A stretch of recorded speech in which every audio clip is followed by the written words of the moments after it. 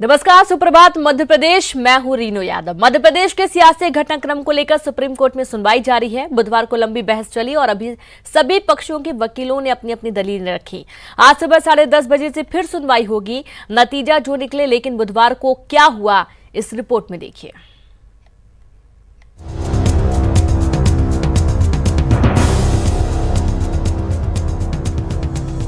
MP का सियासी घटनाक्रम अब नए मोड़ पर पहुंच गया है।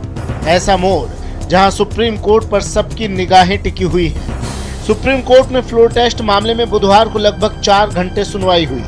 कांग्रेस, बीजेपी, राज्यपाल, स्पीकर और बागी विधायकों की ओर से 5 वकीलों ने दलीलें पेश की। कांग्रेस ने कहा कि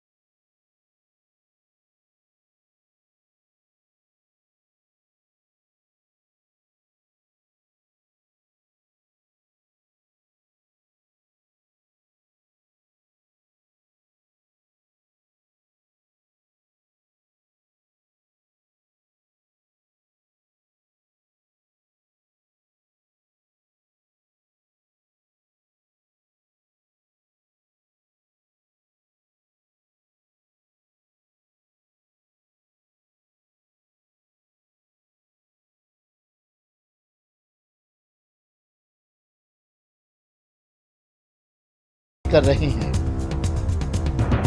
चुनाव में सबसे बड़ी पार्टी बनी कांग्रेस ने उसी दिन विश्वास मत हासिल कर लिया। बीजेपी नेताओं ने 19 बागी विधायकों के इस्तीफे स्पीकर को सौंपे। बागी विधायकों के इस्तीफे सौंपने के पीछे भाजपा की साजिश। बागी विधायकों को बीजेपी ने बंधक बनाकर रखा। इस्तीफे सौंपने के घटनाक्रम की जांच की मांग। उपचुनाव होने तक फ्लोर टेस्ट नहीं करा। सुप्रीम कोर्ट ने मामले की सुनवाई जारी रखी है और आज फिर सुनवाई है। सियासी संग्राम चरम पर है। कोर्ट रूम में 5 वकील मौजूद हैं। ऐसे में ये देखना दिलचस्प होगा कि कैसे मामले की सुनवाई आगे बढ़ती है और सुप्रीम कोर्ट इस मामले में क्या फैसला सुनाता है। Bureau report, news 18। साथ ही सहयोगी पूजा माथुर लाइव जुड़ गई हैं भोपाल से। पूजा, कल भी सुनवाई हुई, आज भी सुनवाई होनी है। हर एक दिन टल रहा है धीरे धीरे, कारण चाहे जो भी हो।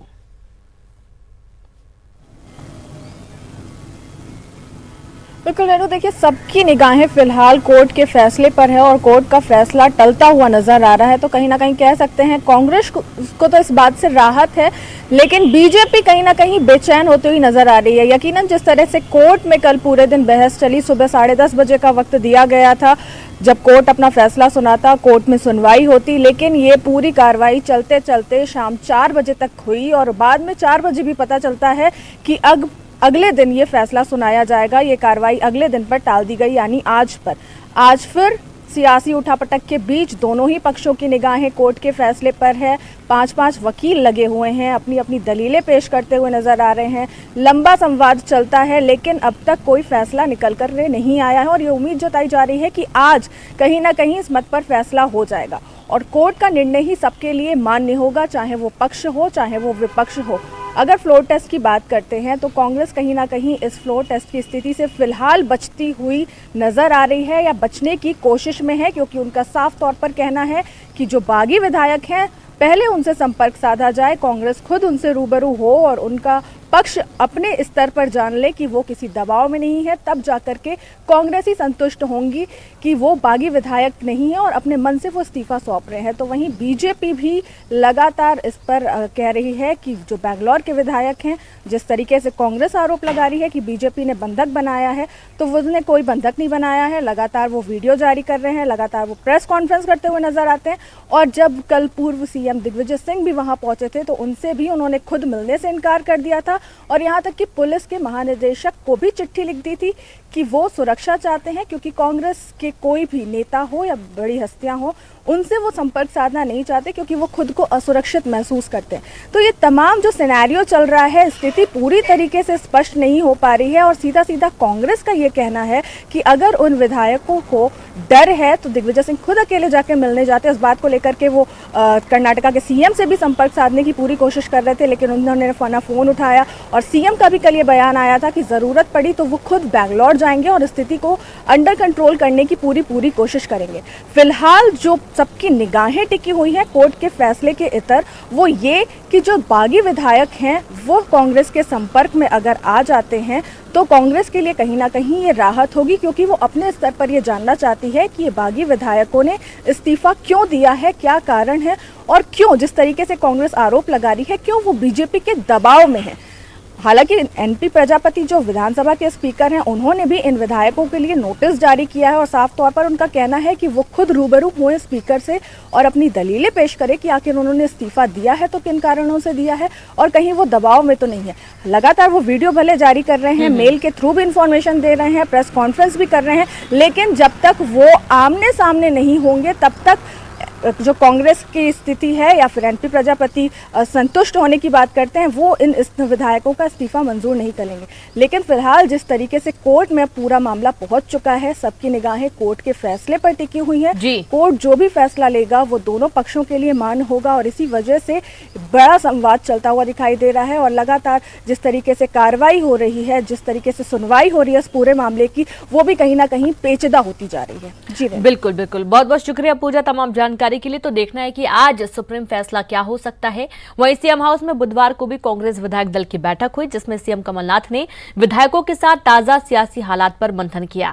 बैठक में शामिल होने पहुंचे सुरेंद्र सिंह शेरा ने कहा कि सरकार को कुछ नहीं होगा, बीजेपी सरकार गिराने के सपने देख रही है। शेरा ने कहा कि मेरी किस्मत में मंत्री बनना लिखा है, इसलिए सरकार नहीं गिरेगी। उधर बैठक में गोविंद सिंह ने निंदा प्रस्ताव रखा, विधायकों ने इस निंदा प्रस्ताव को पारित किया। इसके अलावा कांग्रेस विधायक दल ने कर्नाटक के कांग्रेस कार्यकर्ताओं का आभार जताया है। बार बार इस बात को दोहरा रहा हूं कि मध्य प्रदेश में माननीय कमलनाथ जी के नेतृत्व में जो सरकार काम कर रही है उसको जनता का विश्वास हासिल है। जनता ने उसको 114 सीटें देकर मध्य प्रदेश की सत्ता पे काबिज किया था और ये निर्देश दिया था कि हम जनता की सेवा करें, जो ईमानदारी और प्रतिबद्धता के साथ कर रहे हैं। सीएम साहब से मिलने आए हैं हम लोग, अभी जाके बात करके फिर बताएंगे। सर, बेंगलोर में जिस तरह घटनाक्रम हुआ उसको कैसे हमारी यात्रा अच्छी रही है, हम जवाब बता के अभी पहले सीएम से तो मिल लें। माननीय न्यायालय का निर्णय सर्वोपरि है और विधानसभा की कार्रवाई अध्यक्ष जी के नियमानुसार चलेगी। सरकार बिल्कुल तटस्थ रहेगी, सरकार पूरे 5 साल चलेगी, कोई तकलीफ नहीं आएगी। मैं सही बोल रहा हूँ। लोग गलत फहमी में काल्पनिक सपने देख रहे हैं बीजेपी वाले कि उनकी सरकार आएगी, बिल्कुल नहीं आएगी। लिख लेना मेरी बात आप। फॉर्मूला का ये है कि मेरी किस्मत में लिखा है मंत्री बनना और तो सरकार बनी रहेगी, लिख लेना ये बात। यही फॉर्मूला। बीजेपी कार्यालय में हुए हंगामे के बाद अब प्रदेश कांग्रेस कार्यालय की सुरक्षा व्यवस्था बढ़ा दी गई है। बैरिकेड्स लगाकर सुरक्षा घेरा बनाया गया है, पुलिस जवानों को तैनात किया गया है।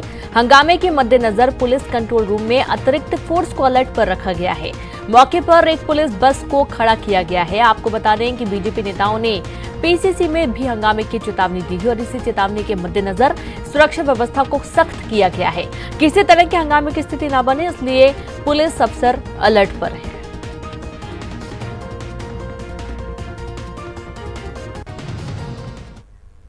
इससे पहले भोपाल में कांग्रेस के कार्यकर्ता सड़क पर उतर गए। इन लोगों ने बीजेपी दफ्तर का घेराव करने की कोशिश की, हालांकि पुलिस मुस्तैद थी, लिहाजा कांग्रेस के कई कार्यकर्ताओं को हिरासत में ले लिया गया। इस मामले में हबीबगंज पुलिस ने कांग्रेस के 8 कार्यकर्ताओं के खिलाफ एफआईआर दर्ज कर ली है। बीजेपी की शिकायत पर एफआईआर दर्ज हुई है। मारपीट और तोड़फोड़ की धाराओं में मामला दर्ज किया गया है।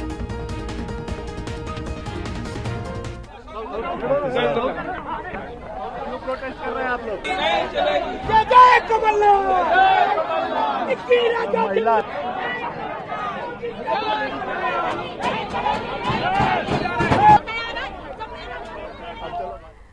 तो शाजापुर में बीती रात हुए एक भीषण सड़क हादसे में 5 लोग जिंदा जलने से उनकी मौत हो गई है। यह हादसा नेशनल हाईवे 3 पर हुआ, जहां 2 ट्रकों की भिड़ंत के बाद उसमें आग लग गई।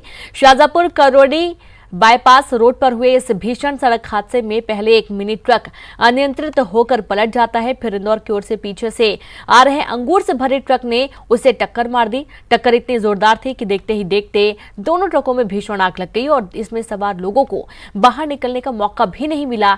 घटना की जानकारी लगते ही पुलिस और आला अधिकारी मौके पर पहुंचे, फायर ब्रिगेड भी मौके पर पहुंची और खासी मशक्कत के बाद इस आग पर काबू पाया जा सके। इसके बाद दो क्रेन की मदद से इसमें फंसे लोगों के शवों को बाहर निकाला जा सका।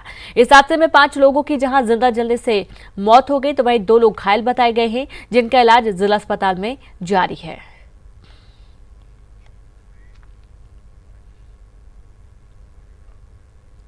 जबलपुर में खमरिया स्थित ऑर्डिनेंस फैक्ट्री की एक बिल्डिंग में बुधवार देर रात आग लगी और बताया जा रहा है कि एक 2 सेक्शन की बिल्डिंग नंबर 147 में धमाके के साथ आग लगी। 5-5 मिनट के अंतराल से इस बिल्डिंग में कई जोरदार धमाके हुए और इस इमारत में बारूद का मिश्रण बनाया जाता है और मैग्नीशियम पाउडर में आग लगी है। इस पाउडर का इस्तेमाल बम बनाने में होता है। मौके पर पहुंची दमकल की गाड़ियों ने आग पर काबू पाया। हादसे में अभी तक किसी के हताहत होने की खबर नहीं है। कर्मचारी अधिकारी उनसे बात हुई है, उन्होंने बताया कि F2 जो है वहाँ पर 147 नंबर की बिल्डिंग है, वो वहाँ पर आग लगी है।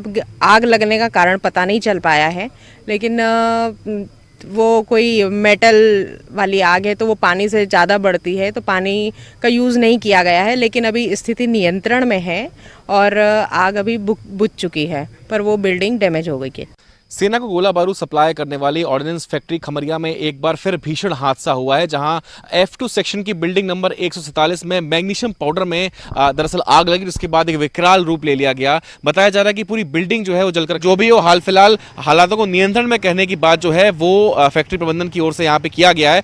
बेशक अब इस पूरे मामले में कहीं ना कहीं बोर्ड ऑफ इंक्वायरी बैठ सकती है, क्योंकि उसके पूर्व भी जब भी हादसे यहाँ पर हुए हैं इस फैक्ट्री में तो बोर्ड ऑफ इंक्वायरी बैठी है और कहीं ना कहीं दिल्ली हेडक्वार्टर से इस पूरे मामले में रिपोर्ट भी तलब की गई है। और कुछ ऐसा ही इस बार भी हो सकता है, क्योंकि पूरी ही बिल्डिंग तबाह हो चुकी है। किसकी गलती थी, क्या वजह रही, ये देखना होगा। कैमरा पर्सन वीरेंद्र मिश्रा के साथ प्रतीक अवस्थी, न्यूज़ 18 जबलपुर। और यहाँ पर वक्त एक ब्रेक का है, हम जल्द हाजिर होंगे। ब्रेक के बाद एक बार फिर से आप सभी का स्वागत है। पीएम मोदी आज देश को संबोधित करेंगे और आज रात 8 बजे देश को करेंगे संबोधित। कोरोना को लेकर देश को संबोधित करेंगे प्रधानमंत्री नरेंद्र मोदी। पीएमओ ने ट्वीट कर ये जानकारी दी है। कोरोना वायरस को लेकर जैसे कि तेजी से संक्रमण फैल रहा है, कई लोग इसकी चपेट में आ चुके हैं। यहाँ तक कि अन्य देशों में तो जानें भी कई जा चुकी हैं, भारत देश में भी जान जा चुकी है और इसके चलते आज प्रधानमंत्री मोदी शाम सभी को संबोधित करेंगे। तो ट्वीट करके पीएमओ ने ट्वीट करके इस बात की जानकारी दी है। प्रधानमंत्री मोदी आज देश को संबोधित करेंगे, रात 8 बजे संबोधन होगा। कोरोना को लेकर देश को संबोधित करेंगे प्रधानमंत्री नरेंद्र मोदी।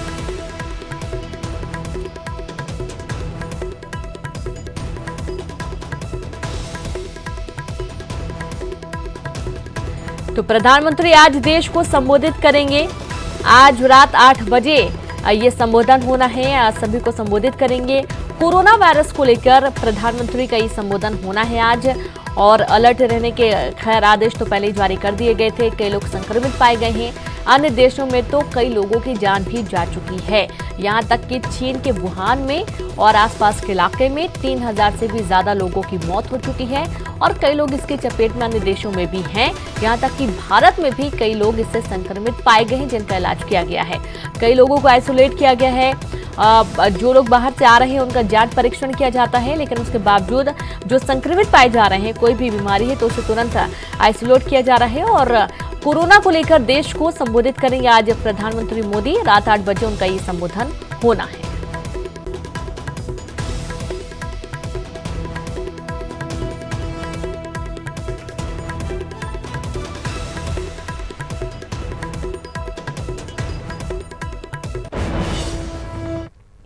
नेटवर्क 18 का स्वास्थ्य immunised India campaign Himachal Pradesh पहुंच गया है। पहाड़ी इलाका होने के बाद भी प्रदेश में टीकाकरण का कवरेज बेहतरीन है।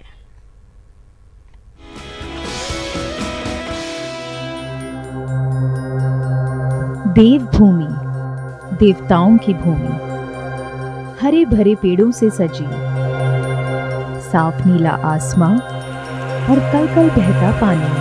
लेकिन हिमाचल प्रदेश का ये पहाड़ी इलाका ही टीकाकरण की सबसे बड़ी चुनौती भी है। हमारा इलाका पहाड़ी है, जिसकी वजह से मुश्किलें बढ़ जाती हैं। हमारा क्षेत्र बर्फीला है और बारिश के मौसम के दौरान लैंडस्लाइड्स भी हो जाती हैं। लेकिन चंबा की ये बर्फीली वादियां भी स्वास्थ्य कर्मचारी अश्वनी ठाकुर को उनके रास्ते से डिगा नहीं पाती। हम सबको सर्दी का मौसम बड़ा अच्छा लगता है, बर्फ में खेलना अच्छा लगता है, मज़ा आता है, लेकिन इन हालातों में टीकाकरण की सेवाएं पहुंचाना बहुत ही मुश्किल है। अश्विनी जी, ये तो बहुत ही टफ सिचुएशन है। बहुत टफ है सर, बहुत टफ है। आप खुद ही देख रहे हैं, यहाँ पे इतनी बर्फ पड़ी हुई है सर, और हमारा एरिया इतना दूर दूर है, फ्लंग एरिया सर, वहाँ पहुँचना ही नामुमकिन है सर, पर हम लोगों को जाना पड़ता है क्योंकि इम्यूनाइजेशन एक बहुत ही मतलब जरूरी काम है सर। माँ को जरूरी है, जो प्रेग्नेंट है उसके लिए जरूरी है, जो बच्चे इम्यूनाइजेशन करनी है उनके लिए बहुत जरूरी है सर। अब बच्चा उठा के तो माँ आ नहीं सकेगी, या प्रेग्नेंट है तो वो नीचे नहीं उतर पाएगी, कैसे उतरेगी सर, आप देख सकते हैं। हिमाचल इकलौता ऐसा राज्य है जहां पर पुरुषों को स्वास्थ्य सेवाएं मुहैया करवाने के लिए रखा गया है। ये सिर्फ टीकाकरण नहीं करते, बल्कि गर्भवती महिलाओं का बच्चा होने से पहले जांच भी करते हैं। कितने महीने आप प्रेग्नेंट है? 6 महीने। तो आपको टीके दिए थे? हाँ जी। कितने दिए? 2 लगा दिए सब? हाँ जी। चंबा में 90% टीकाकरण कवरेज है, लेकिन यहाँ पर नर्सों की कमी है, जिसकी वजह से काम ज्यादा बढ़ जाता है। हमारे पास स्वीकृत महिला स्वास्थ्यकर्ताओं की तादाद में 50% की कमी है, और पुरुष स्वास्थ्य कर्मचारी में तो ये कमी और भी अधिक है, क्योंकि वहाँ तो हम सिर्फ 30% स्टाफ के साथ काम चला रहे हैं। लेकिन अच्छी बात यह है कि हमारे यहाँ 100% आशा वर्कर हैं।